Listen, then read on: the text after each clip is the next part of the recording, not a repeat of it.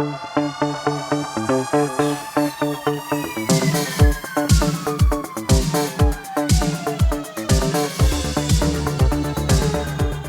up, everyone? It's the Next Take Podcast, episode 139 with Mikel And Tanyka.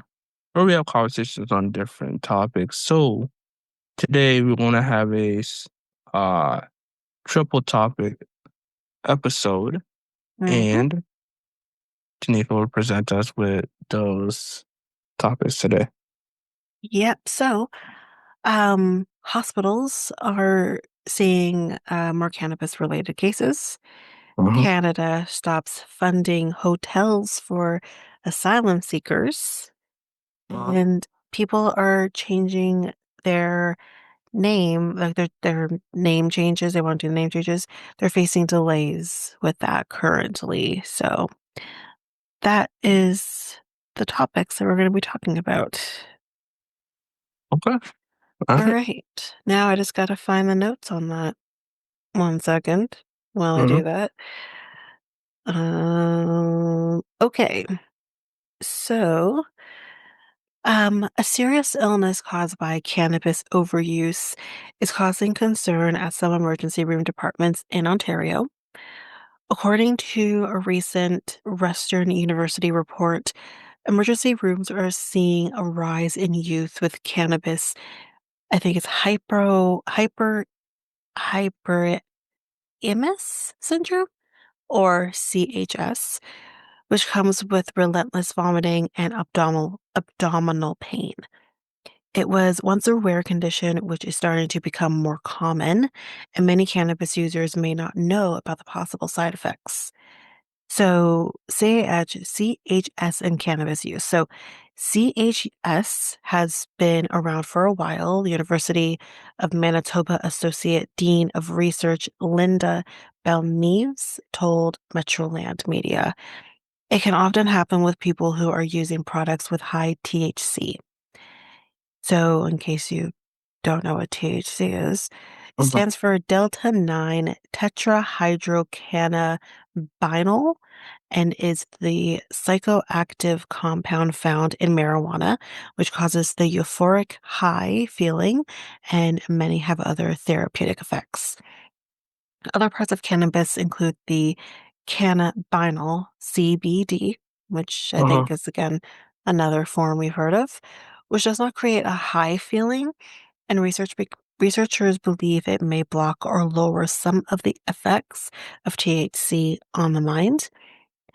And the last compound is the terpenates or terpenes, which All give right. cannabis the distinctive smell, that disgusting, distinctive smell that Mm-hmm. reminds you a lot of us of skunks. Yeah, that. Anyways, Depends what what type weed of. have you smelled that doesn't smell like a skunk?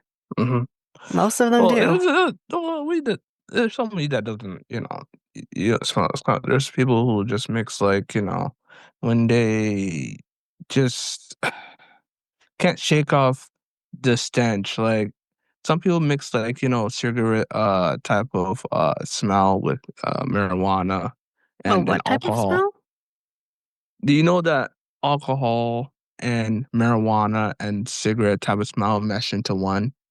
Have you ever smelled that from somebody's, like, uh Like if I would say, they not combining it, but if they're doing all three things not all three things, but, like, have you ever, like, smelled that stench before? Like, all like, at once. it, yes, you, Um, you can I don't smell this. think so. I Mm-hmm. think I've smelled it like cigarette maybe and weed, Cigarette, but cigarette, not maybe. all No three. alcohol? Huh. No. Yeah. Well. Typically weed has a skunk smelling smell to it. I think the only time it's not going to is if you're using some sort of CBD product that would eliminate that smell. Uh-huh. So I personally have not smelled weed that doesn't have that smell. It, Huh. I don't know if it's necessarily needed to Mhm. gain that high, Hmm. but it's in all the years I've smelled weed, Mhm. Mhm. since being a child, for Yeah. example, Yeah. it There's like has that smell. yeah, it has that. You, It can be there's stronger than others, but yeah, yeah, yeah. but it that There's like smell's always there. true, but there's yeah, there's some marijuana like smells that like I have It's not as smelled in the past from. potent with well, this particular thing, I guess, Mhm. that creates that smell. Maybe just not as Mhm. potent, Mhm. Mhm. but you always smell it. Yeah. Yeah. Yeah. To Yeah. me, it's disgusting. I think it's gross. Like I feel like the smell of like people who have that mixture of like all like the include the alcohol smell, like the alcohol you know smell. You can smell it on people, but Yeah, but I'm I not feel just like talking about it smelling on people. mhm, mhm. I'm just talking about smelling it while people are smoking it, Oh, okay. right? Okay. Right. You're not talking about the No, stench I'm not like talking from about the the body smell odor. off of Oh, okay. somebody. Right. Like Okay. Right. that's not typically when I've smelled weed. I've smelled Mhm. weed because I can smell people smoking the weed, and that's when I'm Mm. smelling it. Oh, I see what you're saying. Yeah, Okay. so that's different. I don't tend to smell the weed on somebody's clothing as much as when they're smoking it. Huh. Like I've been with people who smoked weed. My ex-husband smoked weed. His brother Huh. smoked weed. So Uh-huh.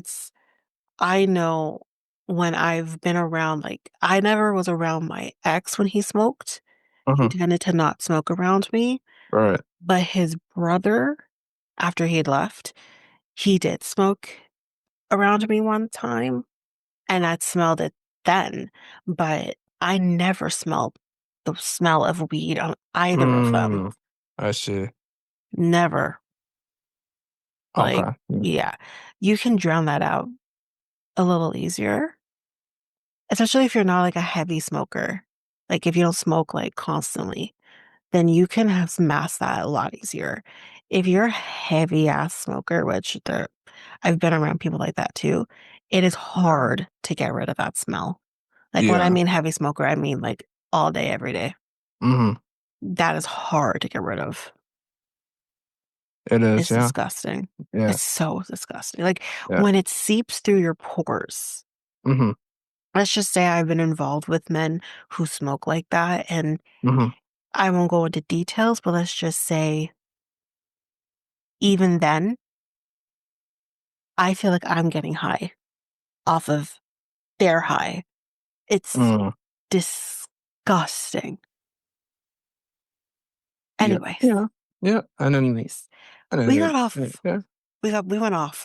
Let's get Yeah. back to this Yeah. Yeah. topic. Yeah. Um, Yeah. Yeah. so consuming the plant is done by smoking in a cigarette style, inhaling the fumes in a bong, or vaping through the e-cigarette. It can also be consumed through teas, sodas, and baked goods and other edibles. Mhm. I think edibles are a little bit better, but I know like people who have like done like weed brownies or anything that hits the bloodstream, Mhm. the high is real high, real high. Mm. If you're consuming weed in that Mhm. sense, Mhm. it's that's a different type of high from what I've understood. Mm. I see. Um, So, according to a 2023 Statistics Canada report, as much as 43% of 16 to 19-year-olds consumed cannabis in some form, up Mhm. from both 2018 and 2022 figures. And Western University said CHS is increasingly affecting adolescents and young adults. But Mhm. Balneves said CHS often happens with people who are chronic users, saying, quote, "It can be people who use it recreationally, but moreover, we see it in people who are using cannabis for a health condition. What can happen is they are using cannabis with high THC, and then out of the blue, they get sick. With Mhm. CHS, you can't stop getting sick," Balmeev said.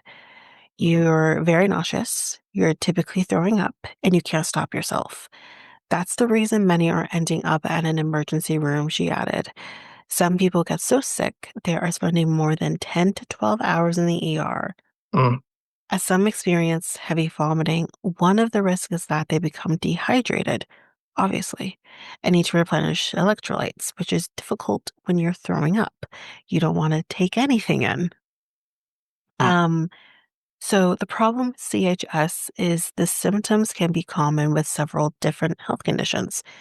People using cannabis for medical purposes, it can be quite disconcerting because they think their cancers come back or there's other health issues happening.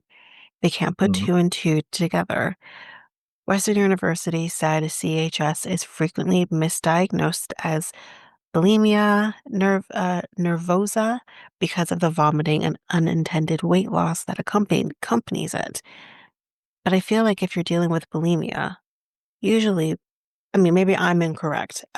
I don't know. I don't have um, bulimia, but from my understanding with bulimia, it's like you're kind of forcing yourself to throw up. mm, Again, if I'm so wrong with that, I apologize. I could be so wrong.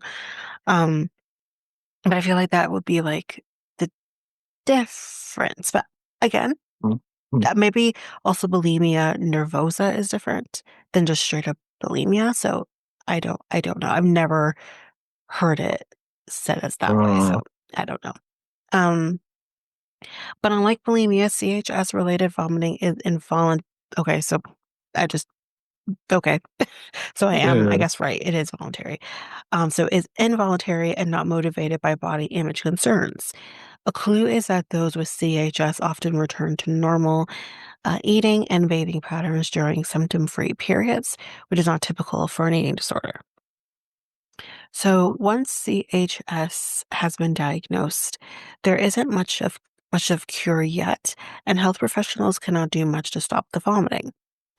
They typically can provide supportive care, often working with the patient, giving them Haldale for their anxiety and giving them anti-nausea medication like gravel, I guess. I don't know. Mhm, mhm, The really strange part about CHS, I'd love to know how they figured this out. They found out if people take very, very hot showers, it actually stopped people from getting sick to their stomach. mhm, Weird. That is really weird. Another study from 2020 showed if people rubbed capsaicin, so I'll mhm, just spell that in case people need to know this. CAPSAICIN, never heard of it, on their stomachs, it would also mhm. help. The study noted applying it topically showed promising intervention and provides an alternate approach to antiemetic and narcotics routinely used in patients with CHS.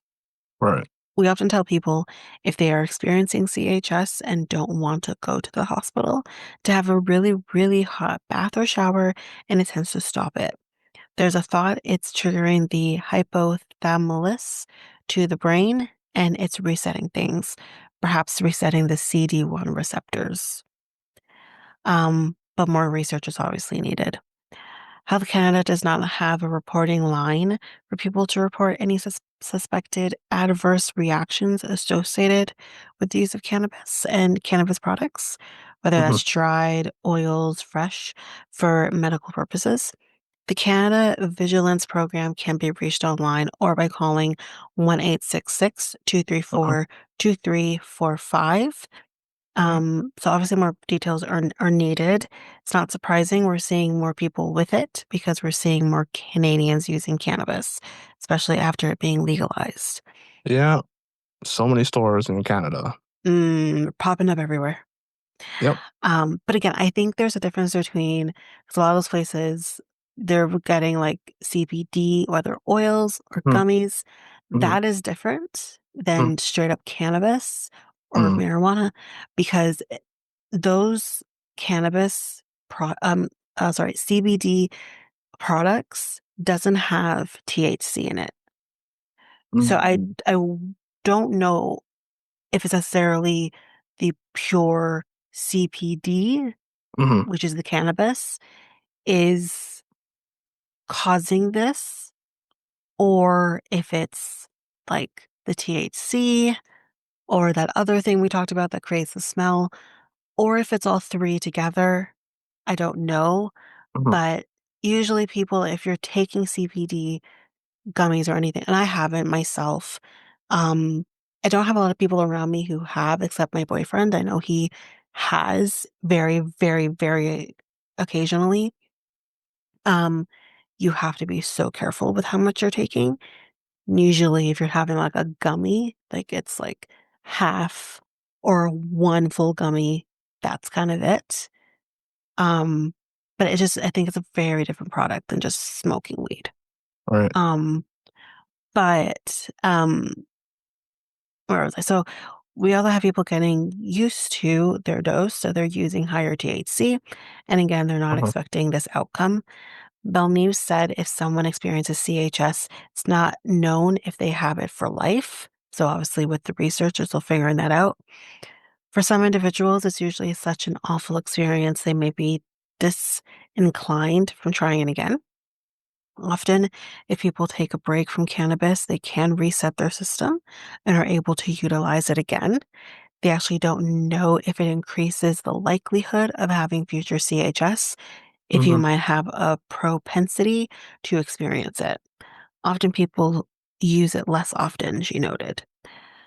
Some take a 2-week break, others try to level off their THC dose.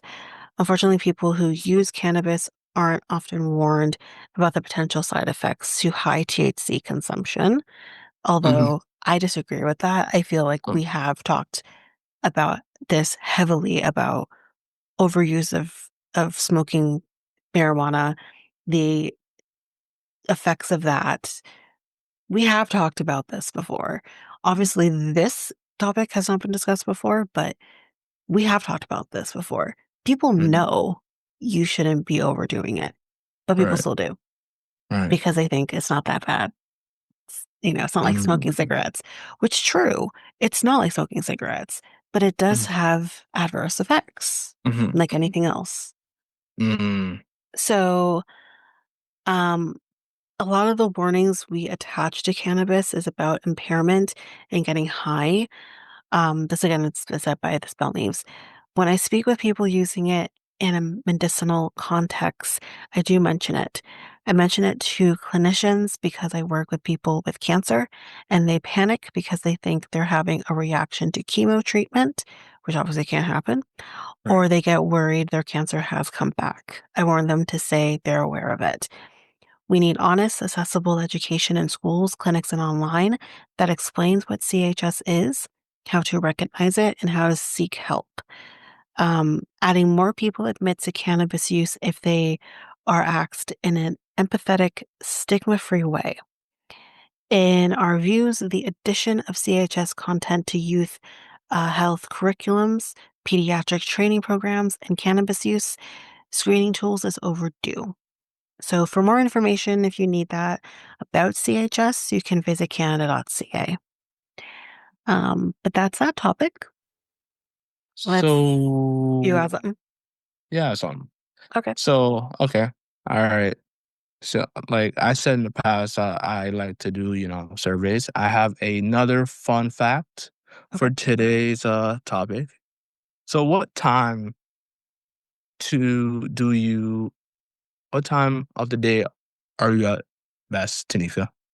Or am I at my best? Yeah, what time of the day are you at best? Uh, None. None, Kidding. none. Hey, Um, so, I think for me, I would say more like afternoon. afternoon. Yeah, I would say more Hmm. than. Okay. So, shout outs to. I wish this was sponsored by Yugo, but this is a YouGov survey. Mhm. Basically, um, they have a survey based on the age of what time of day are you at best. So Okay. a lot of the people say basically morning, Mm-mm. 37%.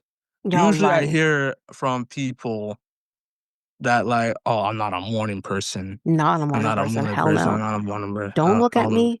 Don't Yeah. talk to me. Yeah. Don't Yeah. don't smile at me. What are you Yeah. smiling about? What is that? Were you happy for? What the fuck? Get away from me. Get away Yeah. from me. I am Yeah. not a people person. A, Yeah. so I also don't like morning people. Yeah. Yeah. No Yep. thanks. Yeah. I hear that a lot from a lot of people. Ugh. And then afternoon 24%. Like you said you're an afternoon person. Um But I said that very like, mhm, eh. mhm, You know what I mean? mhm, mhm. Like, Yeah. yeah, it depends. Yeah. Evelyn 20%, and Okay. then night 7%. It just gonna lower and lower So and lower. yeah, yeah. So like basically, I hear like the night owls, but I guess there's not enough night owls out there in the world. So like yeah, I feel like uh, the older you get, the hmm hmm more it's hard to stay up at night.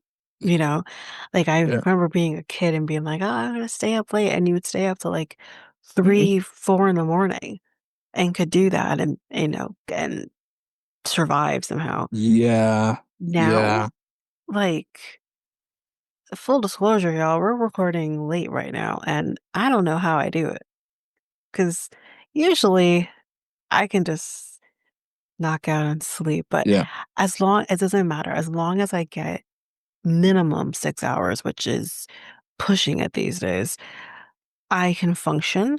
So that's hmm why I hmm mean, like, for me, it yeah, depends uh-huh, where I'm at in right, terms of my best time of day, right, because right, if I don't get at least 7 hours of sleep, hmm there is hmm no good time of day. true. I'm barely making it through the day. I'm more for like I'm a morning person because I wake up early in the morning, Yeah, usually you do. time. And yeah, and I think it's a lot better in my opinion than Yeah. being a. I mean, I could be a night owl at times too. I can stay up a little bit, but not as much as I was when I was like a kid. I stayed up if I wanted to, if there's a Netflix show I want to binge watch, I will binge watch that Mm, throughout the night. But most of the time, I'll be sleeping during the nighttime. But yeah, I'm a yeah. morning type of person most of the That's time. my that's my boyfriend. He's like that too. But I Yeah. think it's also his schedule has hmm kind of maybe forced him into that because he hmm works from like 7 in the morning. Right. So obviously he has to get up hmm and be ready to get now obviously now he works closer we live closer to work. Yeah. But when Yep. he was in Oshawa, it was like hmm he has to wake up at like 5 in the morning in order to hmm get to work on time. So I think Right. because of that, he's kind of been forced into being a morning person and getting Right. up early, starting his day and like whatever. Right.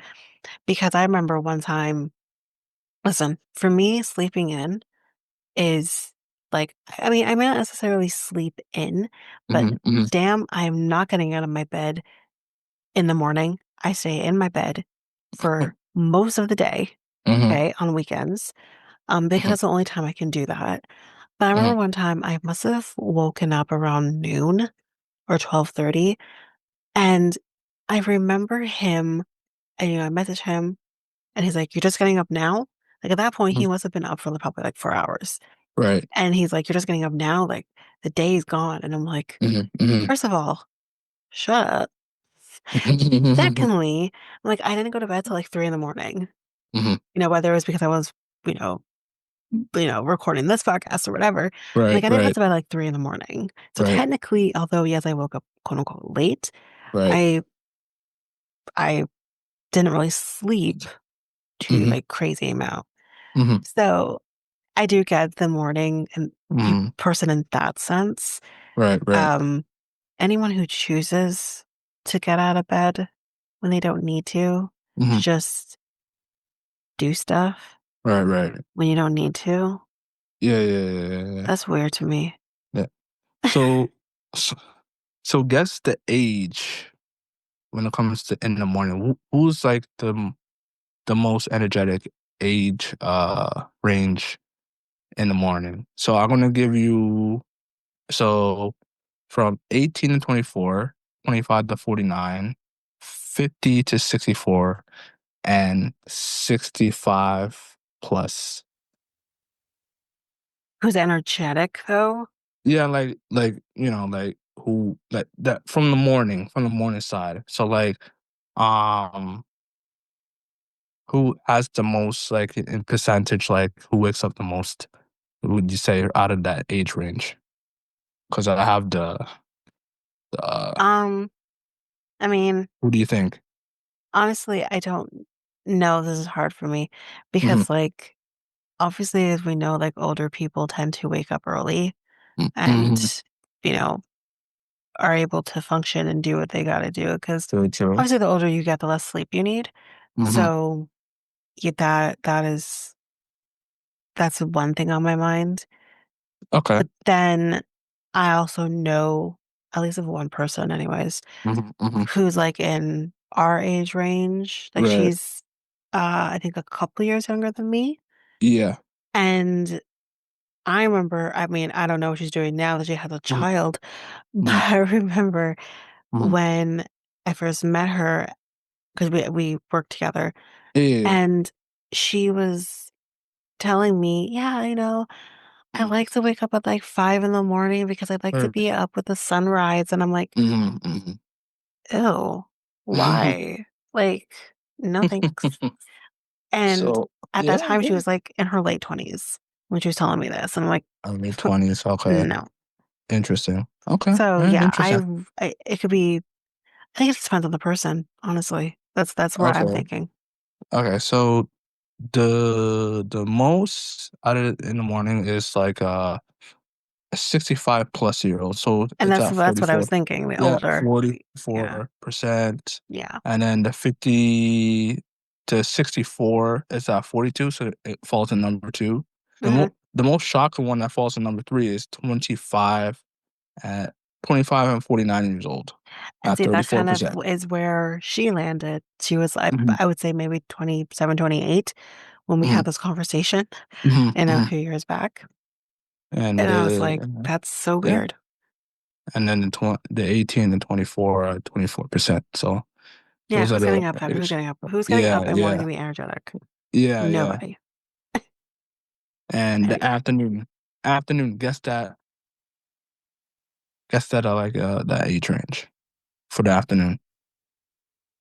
Um, I'm probably gonna say like whatever is the Mm-hmm. age range was under 65 plus, whatever that Mm-hmm. age range is, I'll say maybe them would be higher. All right, well, so, well, technically, it's the 18 and 24 age range that leads it. So at Okay. 32%, rather to be their best in the afternoon. And then the second one is 25 to 49. And then the third one is 65 plus. And then the fourth one, 50 to 64 are 22% as well. Hmm. Okay. Well, Yeah. sure. Um, the Evelyn, you want to guess that one a little bit? Or, Mm, just tell me. I feel like okay. I'm gonna get it. Okay. So the Evelyn, it comes to a tie between the 18 and 24-year-old, Makes sense. 23%. The same with 25 and 49-year-old at Makes sense. 23%. That makes And sense. then the least is the 50 yeah, 65 plus 15%. And then 50 to 64 is 18%, I believe. That makes sense because I even think Yeah. of like, Hmm. you know, my mom in the evenings. It's Hmm. usually when she likes to take a nap in the Hmm. evenings. Yeah, So, yeah, they like yeah, like the older yeah, the seniors like to take a nap okay, in the yikes. evening. I Well, didn't say seniors. Said my seniors? mom, who is Oh, not okay. considered a senior. I mean, are She's in her 65? early 50s, for God's sake. Is it She, 60? Is it 65 plus the seniors? yeah, but I said my mother. Oh, My oh, mom's okay, not all right. considered a senior. Okay, all right, all right. My mom is It's not 'cause 53. okay, Calm down. she not, yeah, she's an adult. There you go. There you We go. all are adults. Yeah, All of us are yeah, adults from 18 yeah, onwards. yeah, yeah. And the last and not least, at night. it's basically surprisingly they're at their best at 18 to 24 at 11%. Right. Mhm. So and then second goes to 29 to 49 at 9%. And Mm. then 50 at age 50 to 64, 6%. And then the least is 65 plus at 4%. People just want to go So sleep. yeah, they do want They, to just go sleep at night. So I basically understandable. Like, you have some, there's and nothing to do. those age ranges can be Yeah, going, out partying yeah, or yeah, yeah, party for two in their room. Like, yeah. you Yo, tend to have a little more energy in that mm-hmm, sense, mm-hmm, or you mm-hmm, find it. mm-hmm, But yeah, I think like again, the older you get, mm-hmm. the less energy you just want to sleep. I Yeah, mean, exactly. yeah. Yeah. So yeah, that's basically it for this like, fun fact. Every now and then I'm gonna probably want to be doing this because like I see a lot of interesting stuff when it comes to these like survey polls from YouGov. So like they have a lot of interesting ones, including from ones that are from like from like Britain. Right? I'll do those every now and then, and drop it on a episode here and there. Okay, Okay. that's it for me. All right. So, and the next topic, Yep. from me. So, Canada will stop funding hotels for asylum seekers after September. Hmm. So we're recording, this is coming at the end of September. So, Hmm. as the federal government already spent approximately $1.1 billion Hmm. on temporary hotel housing since 2020. The Immigration, Refugees, and Citizenship Canada said it is funded to continue hotel operations only until September 30th, so tomorrow, as this comes out, 2025. The department said it will help those still in hotels find housing before September 30th. Canada provided funding for asylum seekers since at least 2018, and it was only a stopgap humanitarian measure as there was a sudden influx in the number of asylum seekers. It was never meant to be a permanent solution, CBC reported. Over 15,000 asylum claimants who were previously in hotels have now transitioned to independent living.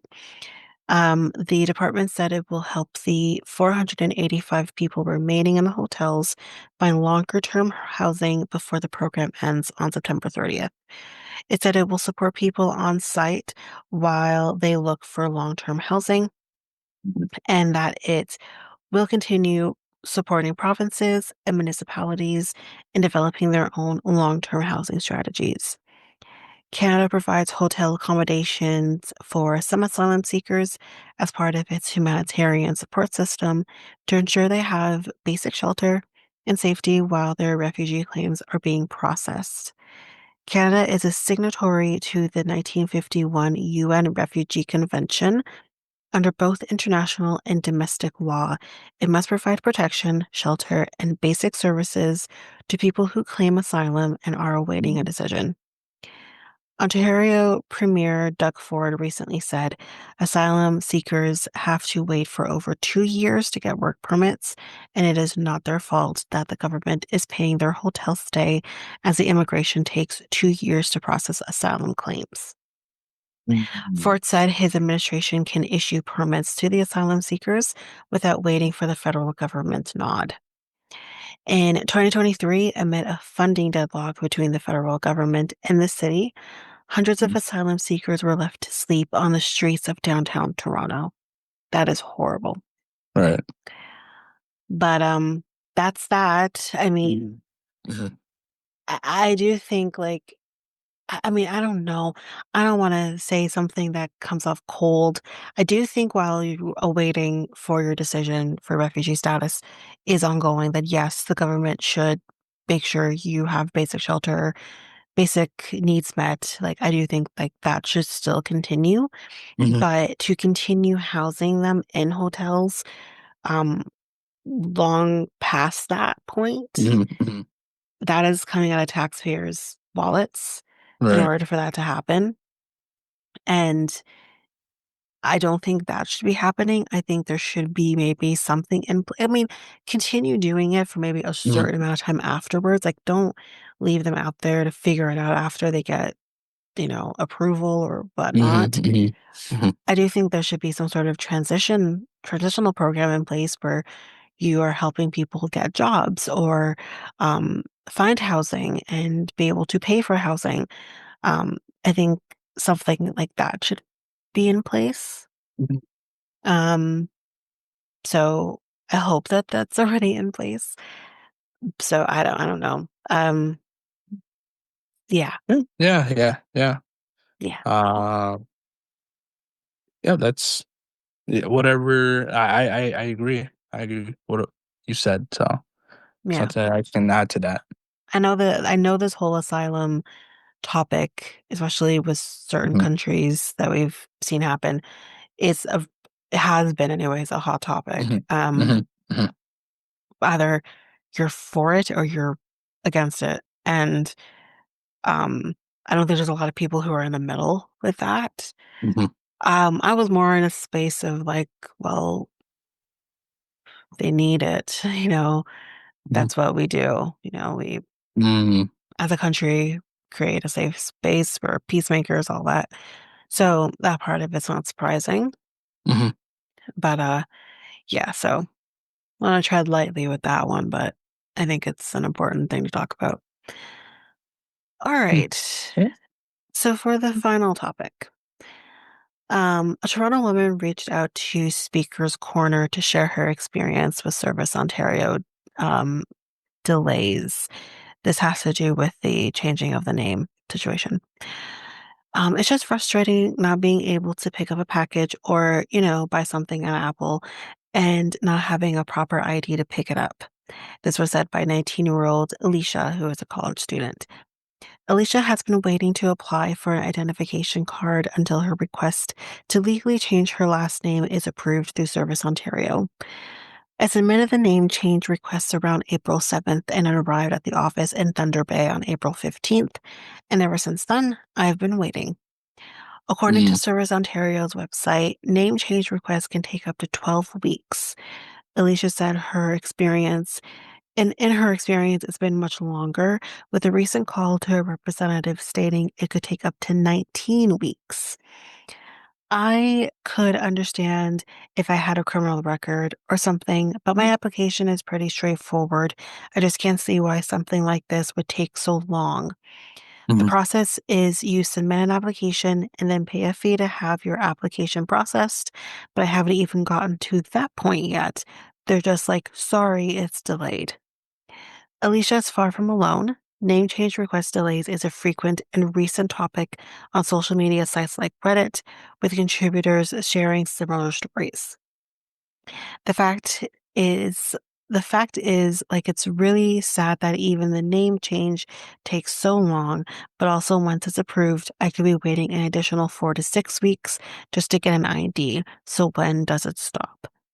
All name change applications are processed through one office in Ontario, the Office of the Registrar General in Thunder Bay. While a representative did not say what may be behind the delays, they say they're working on a solution. mhm, Service Ontario is working continuously to address any increased volumes of applications and look for ways to reduce processing times, this was mhm, said by a spokesperson. They went on to say that people can apply to expedite their application if they can prove it's urgent. Why should you have to do that, though? You shouldn't have to pay more to expedite it when you say it's going to take, whatever they said, 12 weeks, then it should take 12 weeks, not 19 weeks. mhm. Actually, For yeah.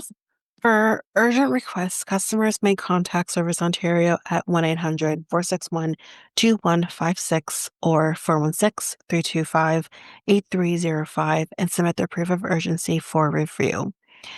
Speaker's Corner inquired about Alicia's case, and while the spokesperson could not comment due to privacy concerns, a representative did reach out to her after we made contact. They now tell me by next week my application should be processed, she told City News in a Mhm. follow-up email. So if you have any issues or questions you'd like Well, that's city news. But if you have anything you want to say to city news, go ahead and do that. But anyways, that is that is basically it. Mm-hmm. That's it for me. Okay, yeah, no, that's it for me as well. Like I don't have anything. So this ends this episode of the Next Day Podcast, episode 139. The Next Day Podcast is available on all podcast platforms. We also have a website called Tanika. Nexttagepodcast.podpage.io. And where else we at? Facebook and Instagram at Next Take Podcast, and Twitter, TikTok, and Blue Sky at Next Take Pod. You can contact us on email at mikeltanika@gmail.com. That is mikeltanika@gmail.com. So basically we had a few topics that we talked about. Mhm. Do you want to present us with the topics, Tanika? Yep. So we talked about the hospital seeing more cannabis-related cases by the CHS, Canada stopping funding hotels for asylum seekers, and then we also talked about people having issues in terms of getting their IDs after changing their names, facing delays on that. And then you had the Yeah. What day. time? Yeah, what time of day are you at best? So like, yeah, we talked about that. Yeah. Um, like I said, there will probably be more topics like that because I just found one that you might like, Tanika, and it's a lot of Okay. author that you might know. It's what I think you might know this guy. Is it Ronald Doe or Who? Ronald? It starts with a ROALD and then DAHL. That does sound familiar. That name does Okay. sound familiar.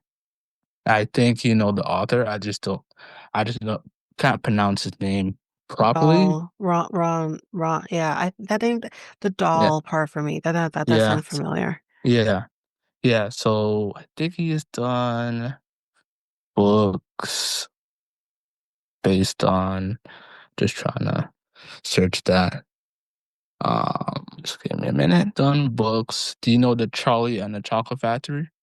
Oh, Yeah, he's done yeah, those. yeah, yeah.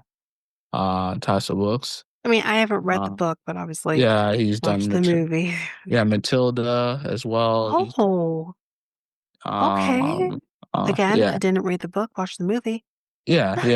He's But done book yeah, yeah, yeah, he's done books like that. Like yeah, so I just found a poll based on, his what's the most books. popular Okay. what's the most popular books and I think YouGov did like a survey based on how much a lot of people are which books that they like the most. So Hmm. that'll be the next um on the next episode in the future. Okay.